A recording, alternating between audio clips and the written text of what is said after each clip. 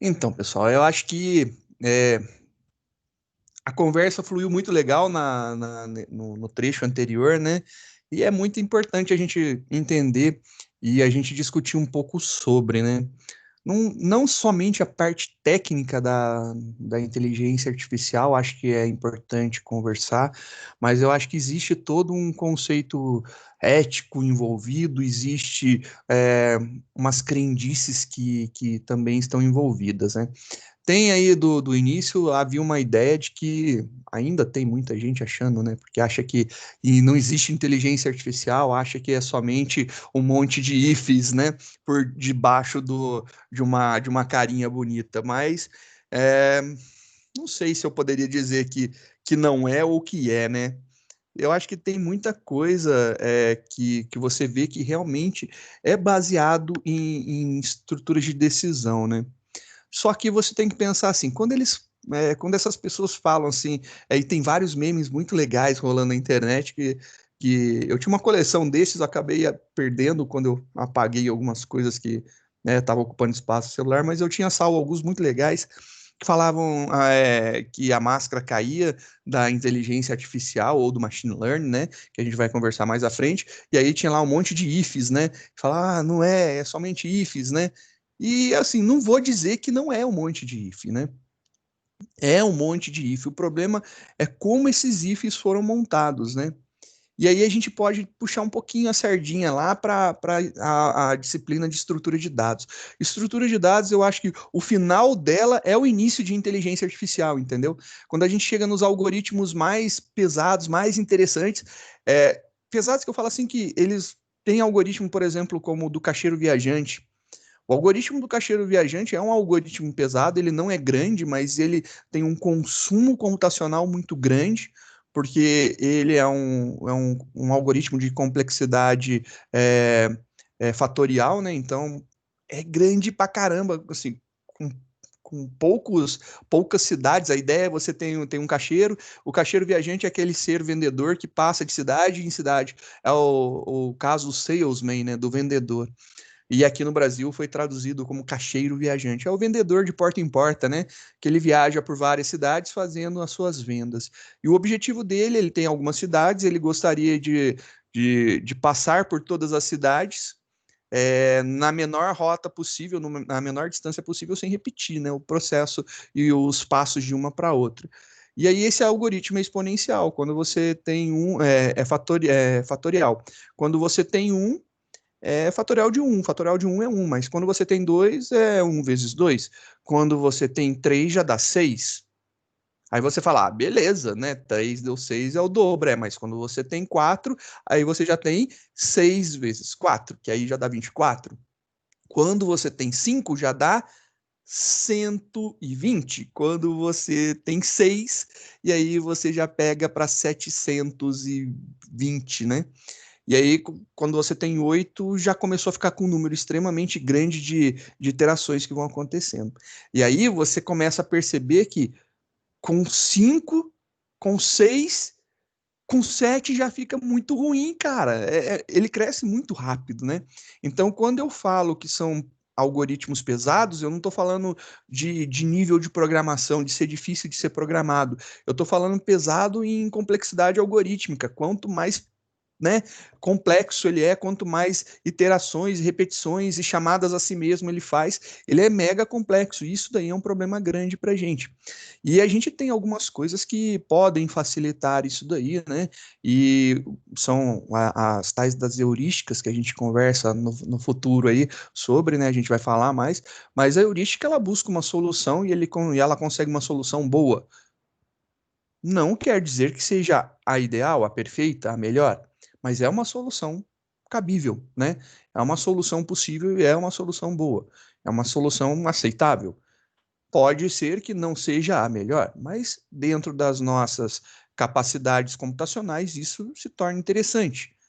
E aí a gente começa a ver que esses algoritmos que, na verdade, a gente tem vários prontos, mas é, fala-se que não existe uma solução para o algoritmo do caixeiro viajante. Existe uma solução para o algoritmo do caixeiro viajante. O problema é que a gente não tem poder computacional para resolvê-lo em tempo hábil, né? Então, conforme a gente vai crescendo um número fatorial, ele vai ficando extremamente grande. E aí as pessoas entendem que a gente se utiliza de subterfúgios, né?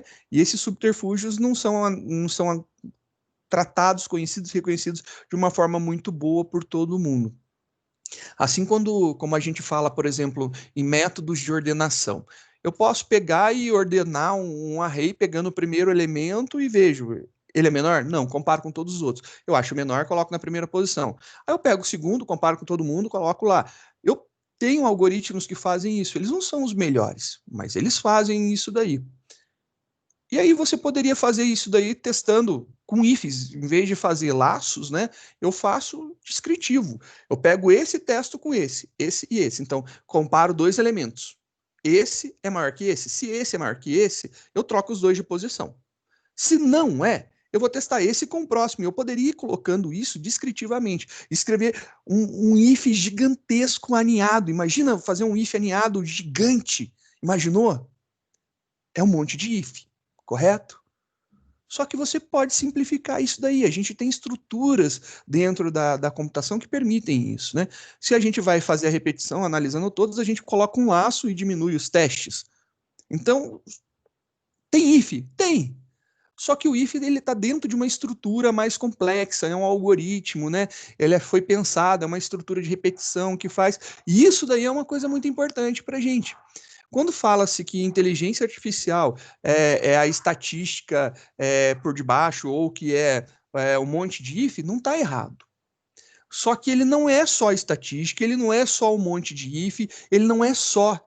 Ele é um conjunto, né? Então ele é um aglomerado dessas tecnologias. Então, ele pega a matemática, pega a estatística, pega a computação, pega o grande volume de dados e consegue tirar aí alguma coisa útil, né? E aí a gente entra em alguns quesitos, né, que eram falados.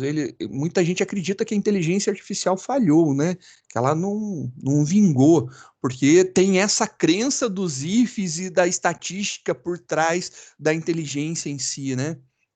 E a inteligência artificial, ela é um ramo da computação que, assim, é, ela é um ramo gigante, né, da computação. Ela é um ramo gigante, ela se subdivide em várias e várias e várias áreas, e aí cada vez essas áreas crescem mais e elas se subdividem, e aí tem especializações e está crescendo. E então, a primeira coisa que é importante a gente entender que é um mito que a inteligência artificial falhou.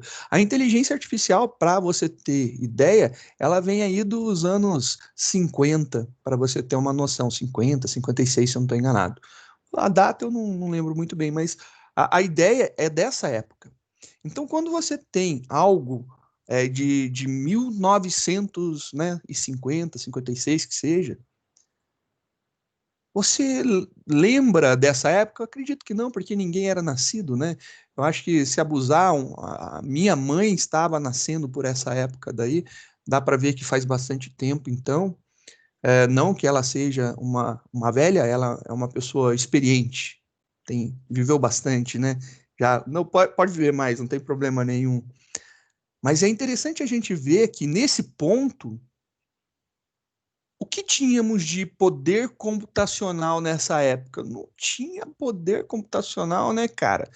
Você está falando aí que nessa época a gente tinha lá os mega supercomputadores que ocupavam cômodos gigantescos com válvulas e faziam um esforço computacional gigantesco, consumo de energia, de não sei o que, para fazer um processamento super pequeno, que hoje teu celular bota aquilo no bolso tranquilo. Isso que eu não estou falando que você tenha que ter o celular top de linha, eu estou falando do mais barato de 200 conto que você compra. Esse celularzinho ruinzinho, mais fraquinho, ele já dava um pau naquele supercomputador da época. Então imagina como que eu vou fazer um processamento de alta capacidade numa máquina que não tem capacidade de processamento. Por isso que naquela época a inteligência artificial ela não vingou. Ela não vingou não porque não era interessante, era interessantíssimo, mas você não tinha poder computacional para isso, né? Então, o primeiro ponto que eu acho muito importante é você entender que sim, a inteligência artificial ela não fracassou. Ela simplesmente ela ficou guardada, aguardando poder computacional para que ela pudesse acontecer de verdade, né? Então, isso daí é uma coisa muito interessante. Ela não era possível na época por causa dos equipamentos que nós tínhamos para processar. E que uma outra coisa que eu acho muito legal, né, que a inteligência artificial vai criar máquinas que pensam que vão dominar a humanidade, e aí por isso a gente tem que usar as teorias como é, as três leis do Isaac Asimov para que os robôs não dominem, que blá, blá, blá, blá. Meu Deus do céu, cara, é uma coisa absurda pensar nisso daí. Só porque o cara assistiu lá o filme do Eu, Robô, né, lá do Will Smith, ele já começa a viajar, né? Eu acho legal a ideia, eu acho que a gente pode chegar nesse nível, mas eu não acho que seja tão cedo. Se você tiver uma máquina capaz de resolver o problema do caixeiro viajante em um tempo totalmente hábil ou quase instantâneo, eu garanto para você comece a se preocupar com isso daí. Caso contrário, você não tem que se preocupar. Pensa dessa forma. A gente já teve o exemplo de um algoritmo exponencial, complexidade exponencial, é, perdão, complexidade fatorial, que é pior, né? Que é o do caixeiro viajante, então razão de n fatorial. Se o negócio demora tanto tempo para ser resolvido, já imaginou você colocar lá para ele resolver para todas as cidades? Então, imagina que eu tenho uma pessoa e eu quero traçar a melhor rota para que ela passe por todas as cidades do Brasil. Alguém sabe quantos municípios nós temos no Brasil? Em torno de 5.500, se eu não estou enganado. É 5.000 e lá vai cacetada. Então, são 5.000 municípios. Cara, com 5 deu 120 interações, com 6, 700. E isso daí é fatorial. Então pega 5.000, vamos pegar 5.000 para arredondar. Tenta calcular o fatorial, o 5.000 fatorial para você ver. É isso daí a quantidade de interação. Não sei em quantos anos um negócio desse daí ficaria pronto. Eu não sei nem se a gente conseguiria resolver um negócio desse. Não sei se temos memória de alocação, talvez tinha que ter gravação em disco para isso aí poder continuar, alguma coisa, né? Não sei se seria fácil resolver isso daí para todos os municípios do Brasil. E eu estou falando do Brasil, não estou falando nem que eu queria passar por todos os municípios do continente ou do mundo, né? Não estou falando nada disso, falei do Brasil. É muita coisa. Se você pegar toda essa ideia, então, e começar a imaginar assim, puxa vida, né? Então quer dizer que eu não tenho poder computacional ainda para isso. E é um ainda muito ainda, porque está começando agora a criação desses computadores quânticos, mas você viu que um computador quântico, o tamanho que é, o custo que é para se manter ele funcionando, a temperatura que ele tem que trabalhar, o que eu tenho que fazer para fazer alguma coisa nele, o custo do minuto processado dele é muito alto, né? Não é qualquer um que vai utilizar, ainda não é algo viável, mas é interessante você preparar e ir desenvolvendo isso daí, né? Porque se você tiver algo mega complexo que consiga ser rodado nele, eu acho totalmente interessante que possa, porque se você for gastar, sei lá, rodar aí um processamento que você demoraria 10 anos nos computadores atuais, se você rodar nele em um dia, você está no benefício, né? Então, coisas que a gente tem que imaginar nesse sentido. Então, a ideia de você ter uma super inteligência artificial, de uma máquina que ela é consciente, que ela entende que a humanidade seria melhor se ela fosse destruída, que é a história do filme do Will Smith, ou a história, o livro que foi ao qual foi baseado, né? Se você pegar isso daí de verdade, você vai ver assim, bom, é possível? É possível, claro que é possível isso acontecer. É possível em 10 anos? Eu acho que não é possível em 10 anos, a não ser que a gente tenha aí o advento de uma visita de outro planeta trazendo tecnologia para a gente, para que a gente possa ter capacidade de processamento. Se isso daí não acontecer, nos próximos 10 anos eu estou duvidando muito. Então a gente não tem poder computacional para isso. Então é complicado, ainda não chegou-se no momento para isso. Então, acreditar que a inteligência artificial criará seres que dominarão ou subjugarão a raça humana é balela, porque não existe poder computacional e não existirá em muito tempo poder computacional para que isso possa acontecer. Se você pensar no começo da nossa fala aí, o que a gente estava discutindo, né? Inteligência artificial 1950, arredondando, a gente está em 2020, são 70 anos. E agora a gente está conseguindo fazer algumas coisinhas com inteligência artificial. Nada absurdo, mas são coisinhas. Eu não consigo ter várias coisas funcionando. Se você pegar, por exemplo, isso aí é um exemplo bem bacana, você pode pegar e procurar algoritmo de reconhecimento de imagem de objetos em Python.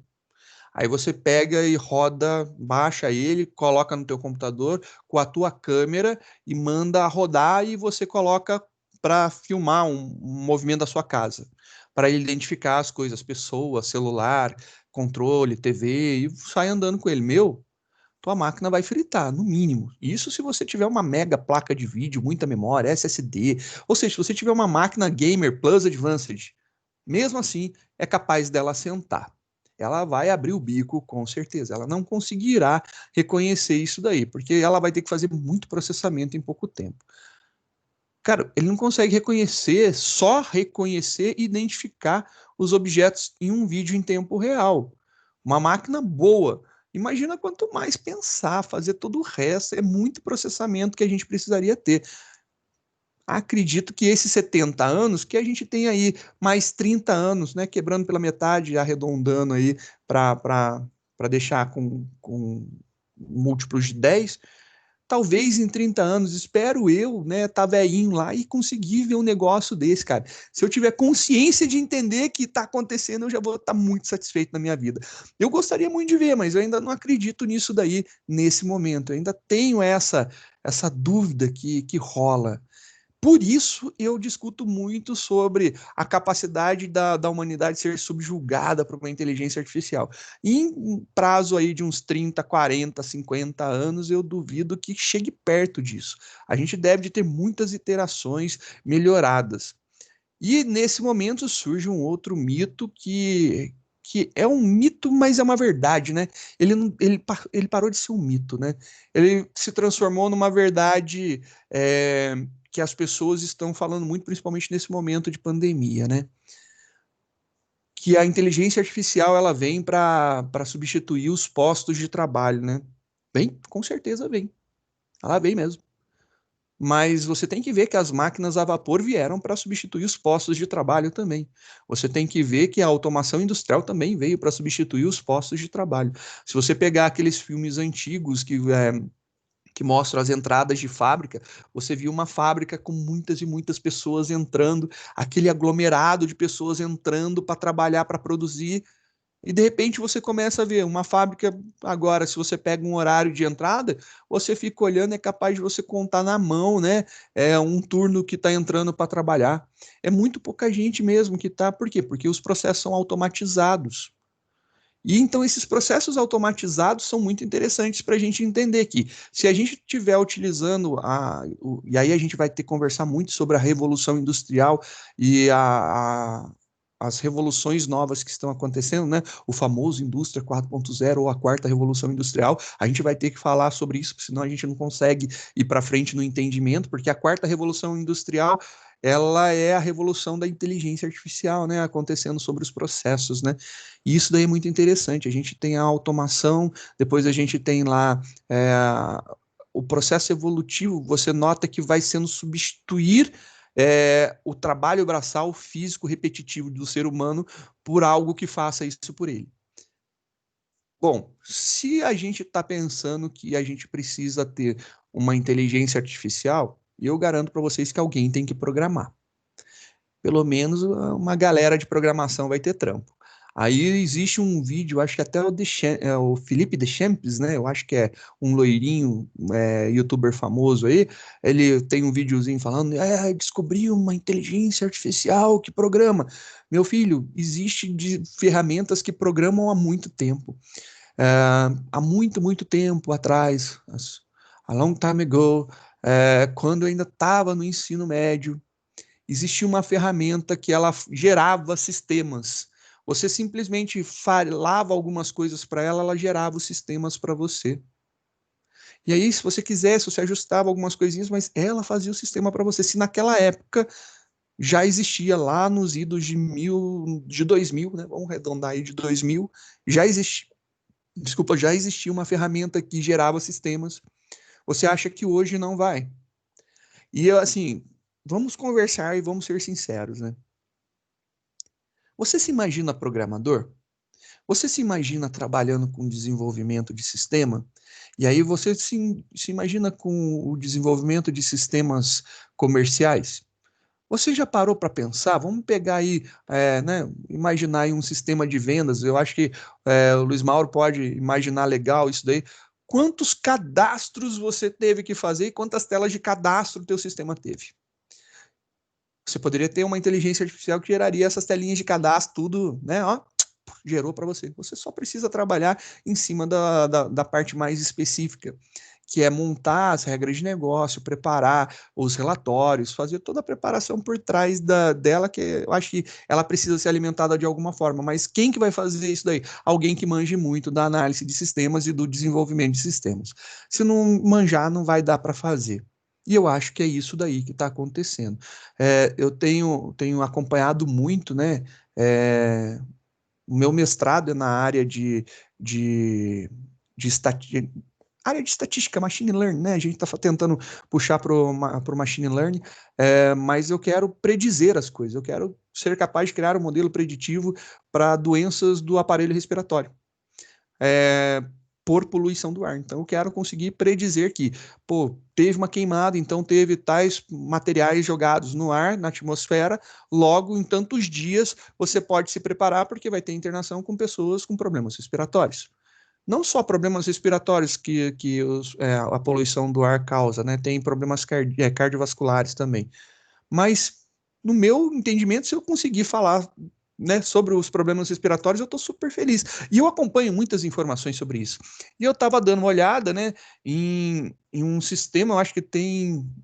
Acho que é no canal do Sandeco, se eu não estou enganado, no YouTube, o cara estava falando de como fazer uma ferramenta para analisar através de uma análise das radiografias pulmonares de pessoas para analisar se a pessoa tem Covid ou não, se ela está infectada ou não. Então, como que faz? Pega todo mundo que tem Covid e tira um raio-x. Pá. Então, você tirou o raio-x de todo mundo que está com Covid em todos os graus e fala, ó, tá com Covid, tá com Covid, Covid, Covid. Então, você tem um bolo de imagens de pessoas com Covid. Só que você não pode deixar a imagem assim, você tem que, né, fazer umas balançadas nela.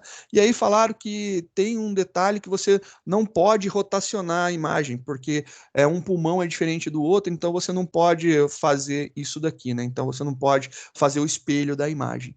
Então, beleza, isso aí tudo tá lá no vídeo deles, dá para acompanhar depois, é bem bacana. E aí você começa a fazer um aprendizado de máquina, né? Você começa a mostrar para a máquina que essas imagens daqui são, então, as imagens que estão desse lado são de pessoas que têm coronavírus. E desse lado são de pessoas que são saudáveis ou que têm outras doenças pulmonares. E você dá essas informações, ó, Covid, não Covid, Covid, não Covid, Covid, não Covid, Covid, não Covid, e vai ensinando para ela. E ela, através de análises comparativas, ela começa a marcar a imagem, ela começa a dizer para você, olha, mostra uma imagem nova que ela não conhecia, ela vai falar, essa imagem daqui tem Covid. Aí você fala, sim, essa imagem tem Covid. Opa, eu acertei. E aí você vê o grau de assertividade disso daí. Então, não foge muito da minha ideia, entendeu? O objetivo é o mesmo, mas o que a gente vai fazer é diferente. Eu não vou usar imagem, eu vou usar poluentes do ar e prever internação. Já ele não vai usar imagem e dizer se é Covid ou não é Covid, né? E isso daí é uma coisa muito legal. E a gente está nesse momento hoje de que a inteligência artificial ela está vindo para detonar essas explosões de pesquisa sobre. Já imaginou eu pegar e colocar para analisar tudo isso? Já pensou você pegar assim, eu vou reunir todos os médicos especialistas em doenças pulmonares e a gente vai fazer um webinário, então a gente vai reunir por videoconferência, vou mandar as imagens, todos eles vão olhar no computador, ver como é que é e eles vão dizer o que eles acham. É muito provável que, num primeiro momento, né, eles não se deem muito bem, não entendam, possam, ou senão eles podem se dar muito bem, mas será que eles conseguem ser assertivos 100% do tempo? Né? Aí a gente entra em alguns quesitos muito legais da robotização de processos, que é um outro tópico legal para ser conversado, né? Que é utilizar a inteligência artificial para transformar os processos em processos possíveis de serem automatizados. E aí, por que a gente usa a inteligência artificial? Porque eu tenho reconhecimento de imagem, tem vezes que eu tenho que usar algo que tem algumas coisas não esperadas, então esse não esperado tem que ser tratado, ele tem que ser possível de ser resolvido, senão dá um crash, trava, para, fica aguardando a interação do ser humano. Então a gente pode passar por vários momentos desses, mas se a gente não tivesse com essa revolução da inteligência artificial acontecendo, eu acho que a gente estava mais lascado ainda. Então eu acho que hoje eu falo para você, que bom que a revolução aconteceu em 2017, pena que não aconteceu em 2007. Se tivesse acontecido em 2007, não 2017, muito provavelmente a gente conseguiria criar um modelo preditivo do espalhamento, da contaminação, e tem várias coisas que podem ser feitas através disso daí. E entra em várias questões, né? Você pode analisar, por exemplo, esse espalhamento, né? Vamos imaginar aí como que as pessoas são contaminadas. Você pega, descreve o processo e você pega um artifício, né?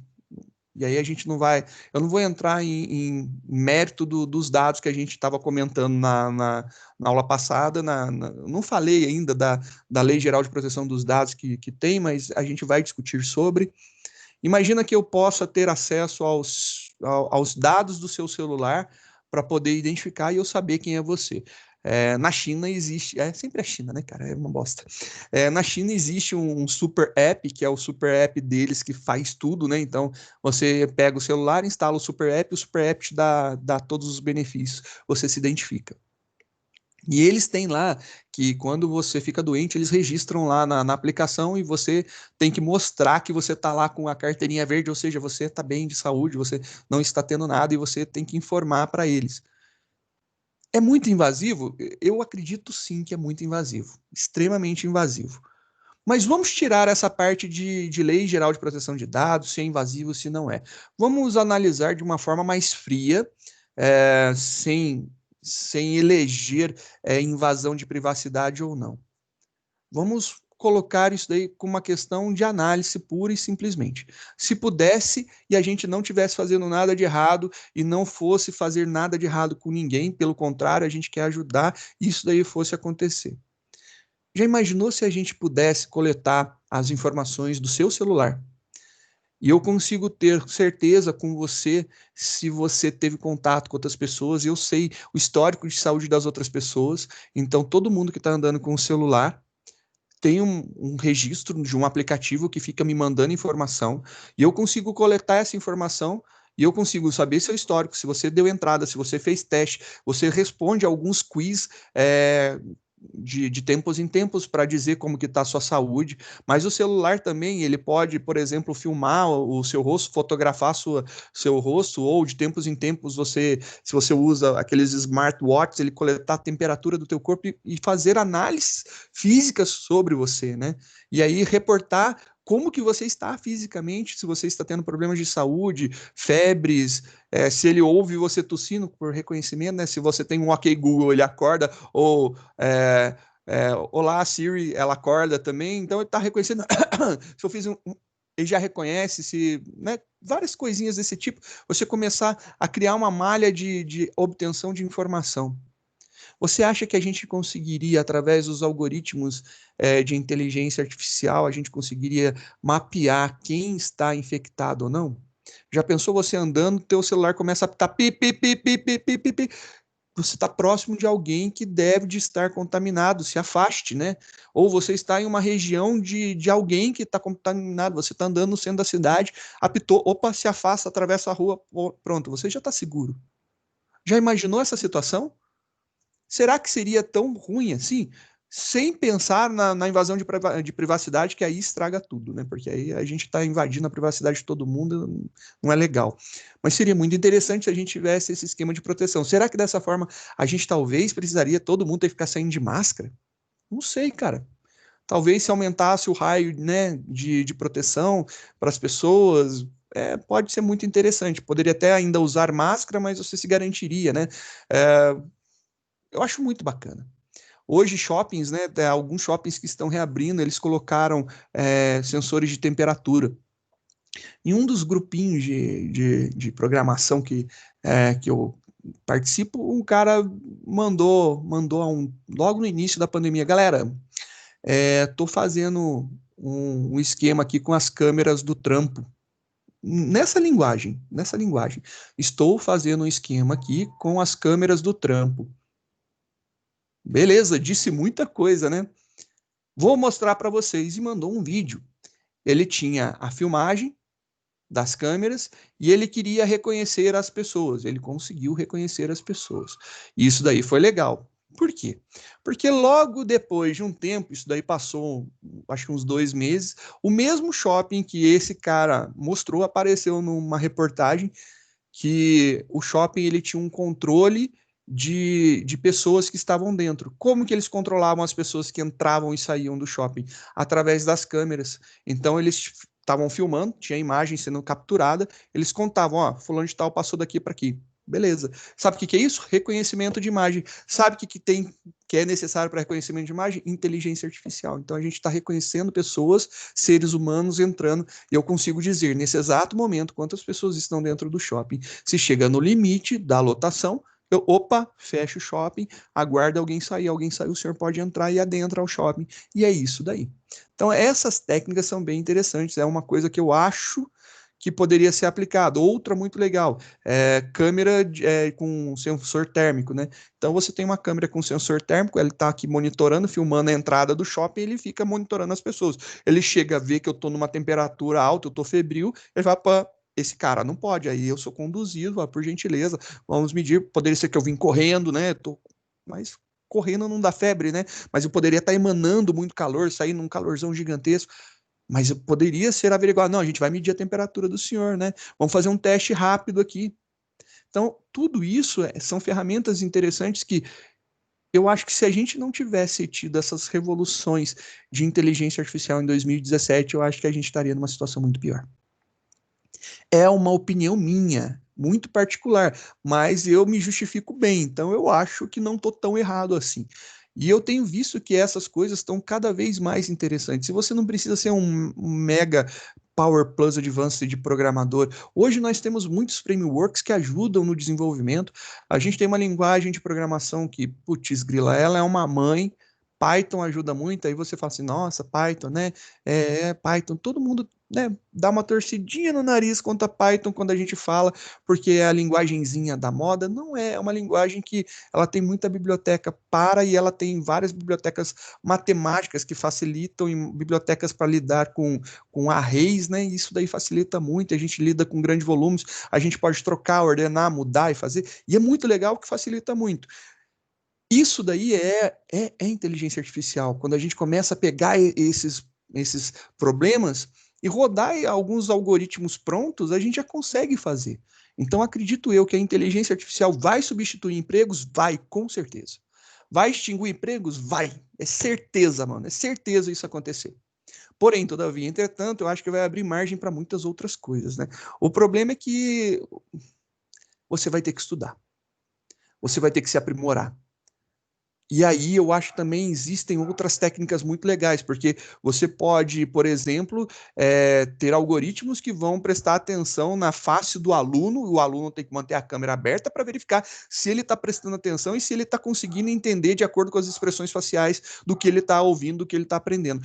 Pô, isso aí é top! Já pensou? Eu não preciso olhar para sua cara, mas tem uma câmera filmando o seu rosto e ela está identificando se você está aprendendo ou não. E o algoritmo começa a te mandar conteúdos diferenciados quando ele nota que você está com aquela cara de paisagem que não está aprendendo nada. Já pensou que legal?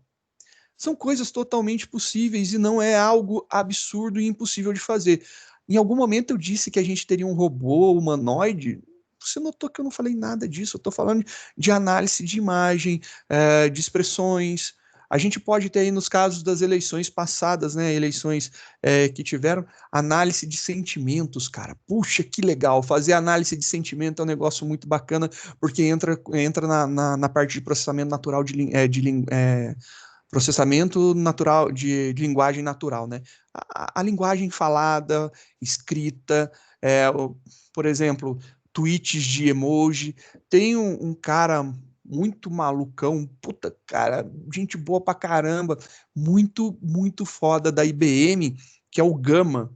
Depois até passo o canal do Gama para vocês e depois pega aí, procura o Gama. Ele é um cara muito fera, mano. Vou até dar uma olhada rápida, aproveitar.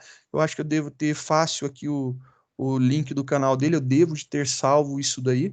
É, e eu vou contar a história desse caboclo. Deixa eu só ver aqui as minhas inscrições no YouTube e já falo para vocês sobre esse cara.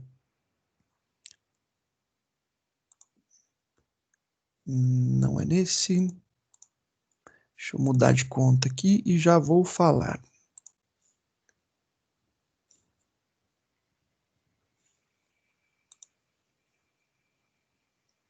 Vamos ver. Gama.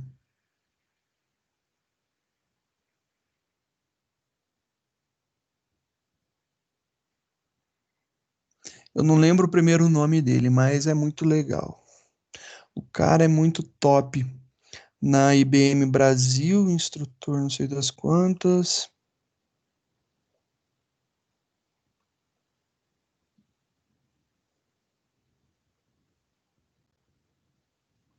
Cara, eu não vou achar o canal dele só porque eu quero mostrar para vocês, né? É muito bacana. Eu achando, eu vou. Sérgio Gama, nossa, achei, cara. Pô, que top. Vou colar aí para vocês. Esse cara é da IBM. Então, tô mandando no chat aí o link do canal do Sérgio Gama. Recomendo fortemente, deem uma fuçada, é legal. Tá aí, o Sérgio Gama é esse carecão barbudão, o cara é gigante, inteligente pra caramba, manja pra caramba das soluções da IBM, né, da nuvem da IBM, que é o Watson, né, as soluções do Watson. É muito legal. E ele mostra como você fazer um monte de coisa, cara, que é dois palitos e com conta gratuita da IBM, manja. Você pega a tua continha gratuita, você tem lá os limites e rapidinho você pode, por exemplo, fazer análise de emoções. Aí você pega, se conecta no Twitter e aí você vai coletar informações do Twitter. Ele vai pegar, coletar informações do Twitter e processar isso daí. E é muito top, é muito legal.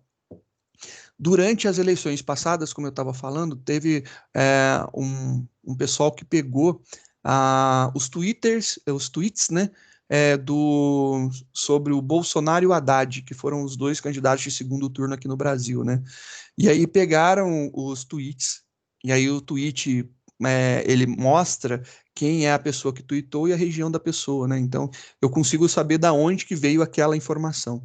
E aí conseguiu mostrar num mapa, né? Você aí como você tem a posição relativa da pessoa geograficamente falando, eu consigo mostrar, plotar se ela tem uma opinião positiva ou uma opinião negativa sobre o Haddad ou o Bolsonaro. Então pegou os tweets que aí ele começou a analisar. Pô, eu quero saber as regiões que são mais favoráveis ao Bolsonaro, e aí pegou todo mundo que estava falando bem. E aí tem uma análise de palavras que é feita em cima dos tweets, né? E aí analisou e mostrou, desenhou no mapa quem que eram as pessoas quais eram as regiões que mais falavam bem do Bolsonaro. E ao mesmo tempo fizeram a mesma coisa para o Haddad, e quais eram as regiões que, quando tuitavam, falavam bem do Haddad.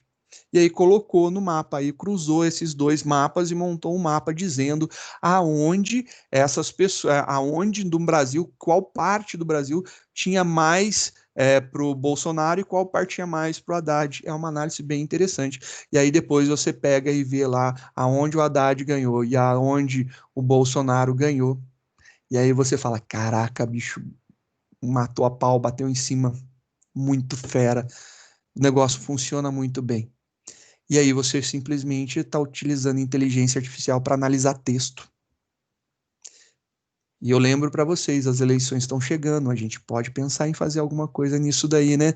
A gente começar a analisar, por exemplo, em bairros, pegar os tweets do bairro, da cidade de Guaratinguetá e ver aí para as eleições. A gente pode procurar nos Estados Unidos sobre as eleições presidenciais para ver se vai ser o Trump ou o outro lá que eu esqueci o nome dele. A gente pode ver, isso aí dá para analisar e é algo que é difícil de bater errado. E aí você fala assim, nossa, que legal, dá para fazer isso? Sim, isso daí é profissão, sabia? Isso daí você pode se tornar um jornalista de dados, onde você prepara uma pesquisa só com dados, montando mapas, gráficos, infográficos e montando toda uma estrutura e entregando isso daí para um editorial, né, montando lá uma análise, e aí alguém ajusta o texto e fala sobre, e você está montando, você faz parte da equipe editorial de montagem de alguma reportagem super foda Plus Advanced. É muito bacana. A gente tem muitas possibilidades dentro da inteligência artificial. Ah, eu sou desenvolvedor de sistema, eu quero continuar desenvolvedor de sistema, eu quero fazer sistema. Meu, se você tem alguma coisa que você venda, sistema de recomendação.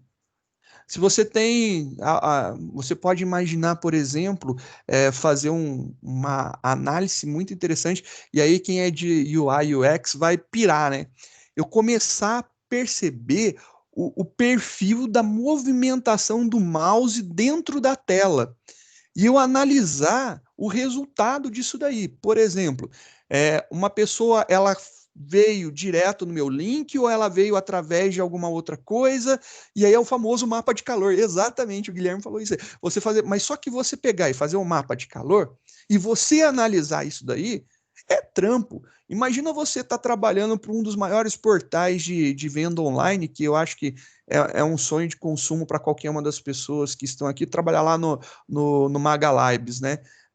O laboratório do Magazine Luiza. O Magazine Luiza é um dos maiores players atacadistas online que nós temos, né? Eu não sei se vocês estão sabendo, a gente tem um grande atacadista, chegou a ser o quinto, acho que foi o quinto maior atacadista do Brasil, o Ricardo Eletro. O Ricardo Eletro abriu falência, fechou as lojas presenciais, né, as lojas físicas, mandando mais de 3.500 pessoas embora. Notícia nova, cara. Eu acho que semana passada ou retrasada que eu vi isso daí. E só tá com o comércio online. Por quê? Porque eu não preciso manter loja, eu não preciso manter pessoa, eu tenho simplesmente manter o sistema de estoque. Eu continuo vendendo e eu vou vender e vender e vender. Eu não sei se vocês perceberam que as vendas online, elas continuam trabalhando e forte, e temos cada vez mais novas coisas surgindo, as aprovações aí de fintechs, né, para funcionar, tanto é que você tem o Mercado Livre hoje, né, o Mercado Pago é uma fintech hoje. Eu lembro que eu tenho um ex-aluno de colégio técnico que ele foi trabalhar no Buscapé. Buscapé é o concorrente, né, Mercado Livre. E aí o Mercado Livre chamou esse cara para trabalhar com ele, tá lá no Mercado Livre até hoje. É assim, e desenvolvendo ferramentas. E eu brincava, né? Zoava ele pra caramba, ex-aluno, amigo, e a gente tem que brincar, né? Eu trabalhei na faculdade com o pai dele, um grande querido amigo, e eu ficava sacaneando. E aí, o seu filho, como é que tá? Pô, manda um abraço pra ele, eu vou ligar lá pra ele, eu ligar pra ele. E aí, meu, como é que você tá? E aí, você tá fazendo muitas lojinhas online? Você tá preparando folhetins? Não, você não sabe que a gente tá desenvolvendo. Tô desenvolvendo aqui uma ferramenta para fazer análise de crédito e comportamento, para a gente bloquear alguns clientes que não sei o que estão tendo problemas, o cara tem problema, gente, aquela pontuação do Mercado Pago é uma coisa muito absurda, não é só aquilo por trás, aquilo de lá envolve qualificação, mostrar ele em pesquisa, que não sei o que, tem um monte de ferramenta por trás que é bem interessante, que é análise de crédito, né, cara? O cara é ruim para entregar material, não sei o quê, vai cair na pontuação dele. E é muito, muito legal. Você automatizar alguns processos desse daí é muito interessante. Você consegue ter uma saída gigantesca de negócios que a gente pode produzir, pode fazer, pode desenvolver. Então as saídas computacionais aumentam cada vez mais, né? Então você está saindo com demandas computacionais que antes não tinha. É, vamos ter que falar de alguns mega unicórnios que surgiram aí, que ainda se chamam de startups, né? É, Uber. Hoje, essa minha pergunta é falha, né? Mas há algum tempo atrás, se eu chegasse para você e falasse assim, qual que é a maior empresa de transporte de pessoas no mundo? A resposta, Uber. E eu perguntasse para vocês, quantos carros a Uber tem?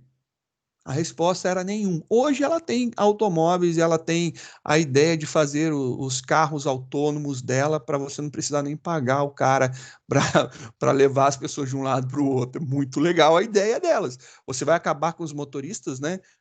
Será? Não sei se acaba, né, cara? Mas a gente vai diminuir? Vai, deve diminuir muito a quantidade de motoristas. Sim, mas a gente vai precisar de mecânicos, né? E a gente vai precisar de pessoas especializadas em eletrônica e computação para arrumar os carros. A gente vai precisar de pessoas para fazer as instalações de telecomunicações para poder prover os dados, a rede de dados móveis para esses carros funcionarem.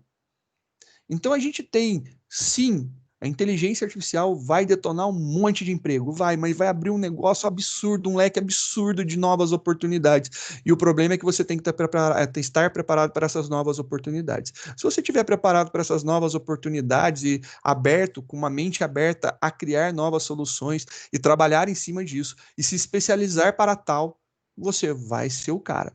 Eu acredito que a gente vai ter hoje, né? Vamos imaginar assim. Eu vou colocar meus 3 dedos aqui, você imaginando. Trabalho extremamente braçal, físico, trabalho extremamente técnico e intelectual. E aqui está o meio. A inteligência artificial deve fazer isso daqui, ó. Pá. Ela quebrar esse meio daqui, que é a mão de obra que a gente tem aí para trabalhar. Ela deve deixar muita gente ainda no braçal funcionando, vai ter que fazer muita coisa, mas também vai deixar muita gente que pensa, que faz, que produz, são os especializados, os técnicos. Ela deve, na minha opinião, na minha análise, no que eu tenho lido, eu acho que hoje ela atuaria fortemente aqui no meio, né? Ela iria quebrar essa parte aqui da cadeia toda da produção, criando um gap gigantesco entre as pessoas, né? Então a gente vai ter aqui dois pontos e um vale entre eles. A gente não vai ter mais uma linha constante, a gente vai ter um vale. Literalmente, esse vale daí é o problema que a inteligência artificial deve de acontecer. Porém, eu acho que deve surgir muitas outras coisas. Por exemplo, pessoas para cuidar de outras pessoas, né? Então, acho que a gente vai ter aí cada vez mais soluções para longevidade, para a vida, só que as pessoas vão envelhecendo. Só que as pessoas vão envelhecer muito. E aí a gente manda o aliar funcionar aí, né? Bota o aliar para funcionar, e aí o aliar agora vai recomendar um monte de pessoas. E aí a gente vai ter pessoas especializadas em cuidar de outras pessoas. Sim, eu acredito. Só que também não é só cuidar assim, né? Se vai ter cuidados, eu acredito que a gente vai ter muita gente querendo fazer massagem, fazer ginástica, fazer atividade, ser orientado em técnicas, aprender a pintar, aprender a fazer. Talvez seja um momento de produção artístico grande que deva de acontecer. Também deve de ser um momento muito interessante para o autoconhecimento, a preparação física das pessoas, o cuidado com os seres, né? A gente se cuidar mais, porque se você for pegar e conversar com alguém que mora em São Paulo, se você perguntar, e aí, como é que tá seu dia? Corrido. A pessoa, não, nossa, tá bem, hoje eu tive tempo de ir lá passear em tal lugar, fiz. Eu acho que isso é uma probabilidade muito grande. Então, deve de transformar o que a gente tem visto, deve de mudar. Mas mudança por mudança, a gente já está vendo que é de uma forma que era muito impetrada dentro das faculdades, universidades e colégios, que ensino remoto ou online era uma coisa impossível, inviável. Olha aqui o que a gente está fazendo. Está acontecendo? Não sei se é da melhor forma possível, não sei se pode ser melhor ou não, mas eu estou falando, está acontecendo. E aí ele pode ser aprimorado a cada vez que acontece. E você pode falar assim: ah, eu estou tendo aula com o professor fulano de tal, o professor fulano de tal, a aula dele é muito ruim. Mas será que no presencial não seria? Aí você, do outro lado, né, falando pelo lado dos professores, os alunos estão dormindo na minha aula, eles conectam e vão jogar, mas eles não faziam isso na tua aula. Eu acho que continua mesmo, entendeu? Não mudou. A única coisa que mudou é o grau de responsabilidade. O aluno tem mais responsabilidade para aprender. Ele tem que ser responsável por querer entrar na aula, assistir. Mas será que mudou muito? Não, não mudou não, cara, porque ele tinha que sair da casa dele e ir até a faculdade, ele tinha que, na faculdade, entrar para a sala de aula, na aula ele tinha que prestar atenção ao professor, a mesma coisa está acontecendo aqui. Então não mudou nada. O professor na sala de aula falava para ele, mostrava um link para ele, para ver se ele, né, instigava ele a pesquisar, a pensar por si só. Aqui está fazendo a mesma coisa. A gente não mudou, a gente só mudou o meio de comunicação e a distância que a gente está. Agora a gente, cada um fica em sua casa e a gente consegue se reunir através de uma ferramenta. A gente não está fisicamente no mesmo local, mas está funcionando. Na minha opinião, está sendo desenvolvido, tem alguns uns pontos bons, né? Tem algumas outras disciplinas que é difícil, eu imagino para disciplinas de cálculo, que tem que escrever, desenhar alguma coisa, deve ser muito difícil fazer. Comprei uma mesinha para ver se fazia. É difícil usar esse bagulho pra caramba, cara. É uma coisa muito difícil. Então, não é uma saída muito boa, mas eu acho que é interessante você analisar isso daí. A gente mudou esse ensino híbrido, deve continuar. Ele não deve mais ser desfeito. E esse ato de continuar dessa forma mudou muita coisa, porque você saiu do seu horário padrão de estudo, né? Que você, eu estudo das 7 da noite às 10h30, das 7 às 10h30 da noite. Rapaz, eu acho que agora o bagulho vai mudar, não vai ser somente isso, né? Vão te dar muito mais conteúdo, muito mais possibilidades. Se você quiser, você vai assistir, se você quiser, você vai aproveitar. Senão você vai ficar na mesmice de quem não está querendo aprender. E eu acho que é esse o ponto que a gente está vivendo agora. E isso daí é uma coisa que, na minha opinião, eu julgo muito interessante e a gente está sendo forçado, né? Por bem ou por mal, a gente está sendo forçado. Não sei se o resultado disso é melhor ou pior, mas eu acho que vai ser um resultado diferente. E eu acho que esse resultado diferente era um negócio que a gente precisava assim, dar uma sacolejada nessa vida desse povo para ver se eles mudam. E essa mudança eu acho algo interessante. E é isso que eu acho que a inteligência artificial vai fazer. Ela vai dar uma sacolejada, só que ela vai dar uma sacolejada sem a gente perceber. E aí, esse sem perceber é muito interessante, porque, por exemplo, eu estava assistindo um vídeo hoje, deixa eu ver se eu tenho o nome dele salvo, para depois assistir. É da Should Computers Run the World? Com a Hannah Fry, né? Vou mostrar o vídeo. Ele é grande, tem 36 minutos. Assisti Tentei assistir em um X e meio aí, um e-mail não dá, a mulher fala muito rápido, mas é interessante. Vou mostrar para vocês, vou colocar para vocês verem, vou deixar disponível, acho que não vale a pena a gente reproduzir, acho que se quiserem até reproduzo, né, para vocês acompanharem, mas é muito legal o que ela fala sobre a inteligência artificial. É muito, muito interessante o que ela fala. Ela tem falado de coisas que estão acontecendo, das pesquisas que estão avançando, e eu lembrei de um desafio que ocorreu há um tempo atrás sobre a análise de imagens para identificação de câncer. E ela comenta no vídeo dela sobre câncer de mama, se eu não estou enganado. Eu estou bem lembrado, é isso. Mas o que rola? Foi feito um desafio, daqueles desafios à la chineses, né, que são tudo malucos, reuniram médicos especialistas em câncer e colocaram os médicos para poder analisar algumas imagens e deram as mesmas imagens para um sistema computacional que tinha um algoritmo que ele foi treinado, preparado para identificação de câncer. Então, pegaram as imagens, deram as mesmas imagens para os especialistas e deram as mesmas imagens para o sistema computacional com inteligência artificial.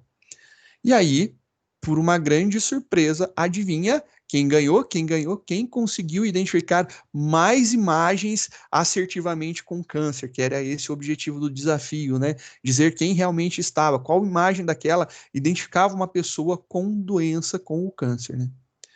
E aí, eu aposto que vocês devem estar imaginando, a inteligência artificial arrasou. Não, não, não arrasou, não. Quem arrasou foram os chinesinhos lá. Aí os médicos chineses, eles arrasaram, detonaram, ganharam. Beleza. E aí eles propuseram rodar novamente, né? Fazer um novo desafio e testar novamente para ver, né? E aí testaram, fizeram uma segunda rodada, e na segunda rodada, para uma grande surpresa, a máquina ganhou de lavada do pessoal, dos médicos que eram especialistas, né, em câncer. Os oncologistas lá, eles conseguiram detonar os caras numa boa. E aí ela comenta assim, mas qual é o grau de confiabilidade disso, né? E por que não se utiliza um sistema desse, então, para diagnosticar câncer? Bem, porque se errar, quem é o culpado? Legalmente falando, quem que eu vou culpar? O computador? Eu vou processar o computador, ele vai me pagar, ele vai me reaver os anos de vida que ele identificou que eu não teria e eu tive, eu fiquei doente, eu vou morrer, eu poderia estar fazendo tratamento, não fiz. É legal, né? Complicado, né, cara? Putz, grilo, difícil, não dá. Por isso não existe uma confiabilidade muito grande. Vamos pegar um outro caso que ela cita no vídeo e ela fala assim: vamos imaginar o seguinte. Hoje nós temos sistemas que estão sendo automatizados na parte jurídica, né? Imagina assim, você pega um sistema, treina ele com as leis e com um monte de casos e você coloca lá para ele analisar, julgar uma, uma causa, né? Vamos pegar lá, vamos pegar uma causa. Ele vai lá e vai julgar a causa. E eu te dou essa opção. Imagine que você cometeu um crime. Então, vamos fazer uma atividade aí. Imaginemos que vocês cometeram um crime. Não me importa qual crime, se cometeram, por gentileza, segundo a piadinha dela, não me contem, porque eu prefiro não saber para não ser conivente.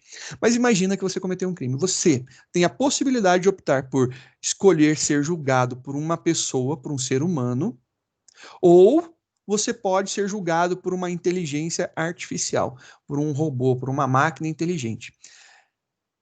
Vamos fazer uma votação de um jeito bem interessante. A gente tem a ferramenta de levantar a mão, né? Então, vamos levantar a mão para aqueles que querem ser julgados por uma inteligência artificial. Então, a gente está aí numa reunião com quantas pessoas? Deixa eu ver. Pessoas, a gente está numa reunião com 20 pessoas, incluindo eu, então 19. Por gentileza, aqueles que quiserem ser julgados por uma inteligência artificial e não por um ser humano, cliquem lá na opção levantar a mão para eu poder ver, para eu poder entender quantos de vocês estariam querendo isso Não, daí. isso não faz muito sentido, eu acho. Não sei. Por quê? Por Porque no quê? final, quem define as regras são os humanos, não são. Não tem como um robô julgar uma inteligência artificial, né? E até porque quem vai colocar as regras vão ser pessoas. Então não faz sentido. Na minha opinião, não sei. Alguém mais? Adorei, Matheus. Puta, essa foi ótima. Você chegou no ponto que eu queria. Ninguém, ninguém, ninguém. Cara, eu vou contar para vocês. É um problema chamado viés. Professor, É, antes de você falar, eu acho pois que não. isso daí, essa indagação entra naquele mesmo conceito de tipo, se você morresse e fosse julgado, você queria ser julgado por um robô que tem uma IA baseada na Bíblia ou por um ser humano? Tá ligado? Boa pergunta. E aí a gente vai analisar a resposta. Eu acho que vocês me surpreendem, né? Eu gosto muito da forma com que vocês pensam. Sim, poderia ter uma inteligência artificial que ela chegasse a uma conclusão. Só que o grande problema é um negócio chamado viés. Vou contar uma historiazinha rápida, eu acho que a grande maioria deve conhecer essa história. Foi criada uma inteligência artificial pela Microsoft, se eu estou bem lembrado, um chatbot, e esse chatbot, em questão de um dia, ele virou racista, homofóbico, preconceituoso e ele queria matar a humanidade. Eu não estou brincando, não. Foi mesmo. Eles tiraram do ar. E aí? Isso daí é uma coisa legal, né, cara, de ver. É muito interessante a gente ver. Isso daí remete a dois pontos, né? A gente pode estar falando aí sobre aprendizado supervisionado e aprendizado não supervisionado, e a gente conversa, né, mais para frente. Mas vamos voltar no enfoque nosso hoje, que a gente está filosofando um pouco, né? Imagina só, é, quando a gente cria uma análise, né, faz uma análise de previsão, a gente lida com dados. Vamos pensar assim, eu vou pegar alguns dados de pessoas que tiveram problemas de saúde e morreram. E aí eu pego os dados de uma determinada cidade, todas as pessoas que ficaram doentes e morreram, eu vou lá e eu quero ver isso daí.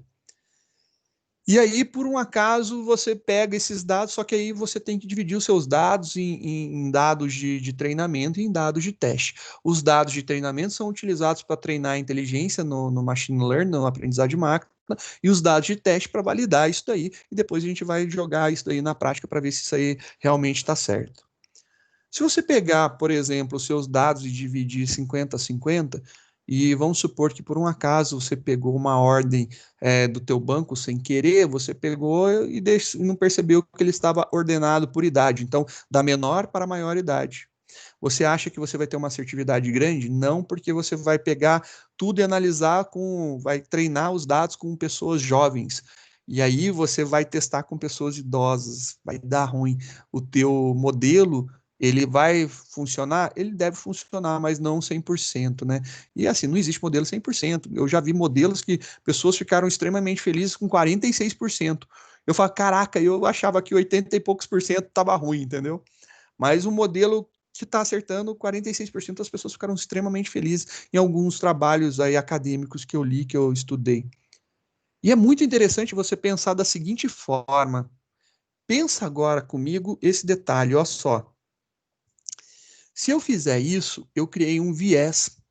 Então, esse viés vai indicar que eu estou lidando somente com a parte jovem, eu estou, né, expurgando a minha análise a parte idosa. Se fosse o contrário, eu estaria pegando os idosos, expurgando os jovens, e aí daria ruim. E se tivesse, por exemplo, ordenado por sexo, eu pegaria, por exemplo, os homens e depois tentaria fazer com as mulheres, daria errado, pegaria as mulheres e depois tentaria fazer com os homens, dar errado, por faixa etária.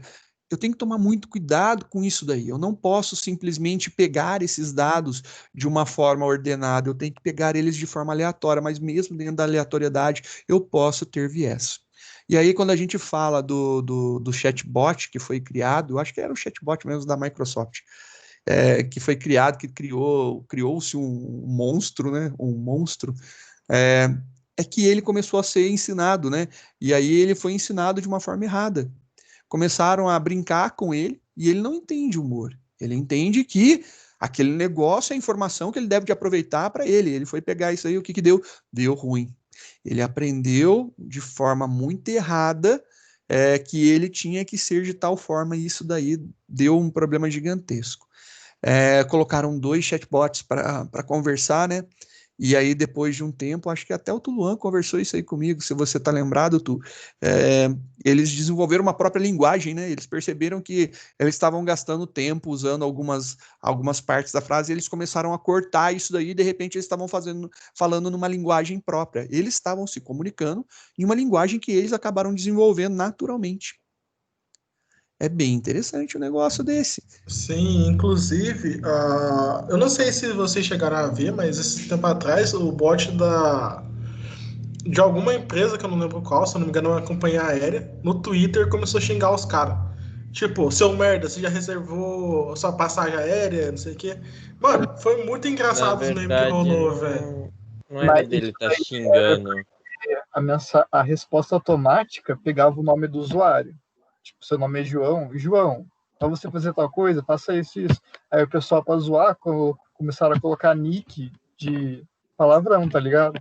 E aí, como no Twitter isso é liberado, aí os bots começavam a xingar todo mundo. Mano, foi muito hilário isso que aconteceu, velho. Cara, entra no fator ético, cara. Pelo amor de Deus, é esse o viés que eu estava querendo trazer para vocês. O Matheus bem colocou, quem programa a inteligência artificial são pessoas. Se a pessoa ela tiver viés, ela pode fazer isso. Mas, não obstante, o juiz que está analisando o teu caso, na nossa história, né?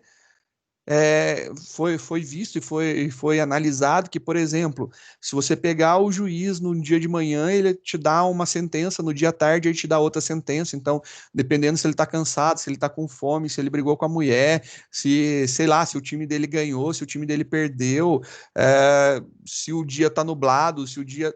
Tudo influencia o humor da pessoa e muda. Por exemplo, juízes tendem a ser muito mais rígidos com crimes relacionados a mulheres quando eles são pais de mulheres.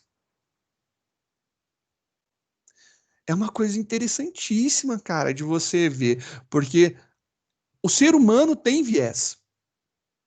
Ele tem viés. Ele envereda para um lado. Por exemplo, se vocês não gostassem de mim, não sabe, tivessem aquele ranço comigo, vocês não iriam conseguir aprender nada, a gente não conseguiria criar uma narrativa, uma história, uma conversa. Não iria rolar, não iria funcionar. Agora, se vocês têm empatia comigo, já roda de uma maneira muito mais tranquila. E principalmente, eu posso não ser muito bom, mas vocês vão achar que eu sou ótimo, porque vocês têm uma atratividade à pessoa. Então, vocês sentem uma familiaridade maior e vocês se sentem mais à vontade e acham que é legal aquilo dali. Não que seja. É viés. A gente é enviesado. A gente tem tendências para algum dos lados. E isso é natural do ser humano.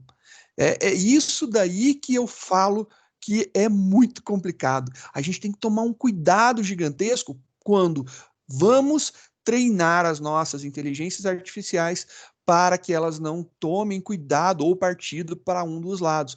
Então a imparcialidade é difícil. Se você não consegue ser imparcial, você vai tornar uma inteligência imparcial.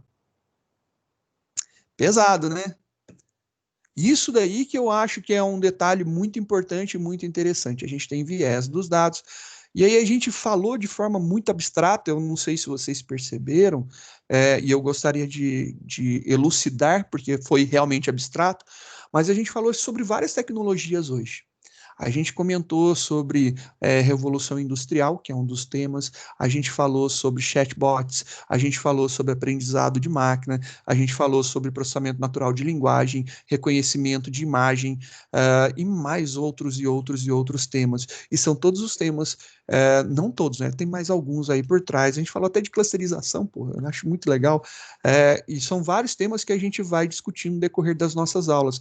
E eu gostaria que a gente conseguisse criar esse ambiente gostoso de conversa e troca de ideia, e eu achei fabulosa a interação pontual que a gente teve agora no final, tanto do Matheus como do Tuluan, falando sobre o viés da análise, se você cometesse um crime, se você queria ser julgado por um robô, né, por uma máquina inteligente, ou por um ser humano.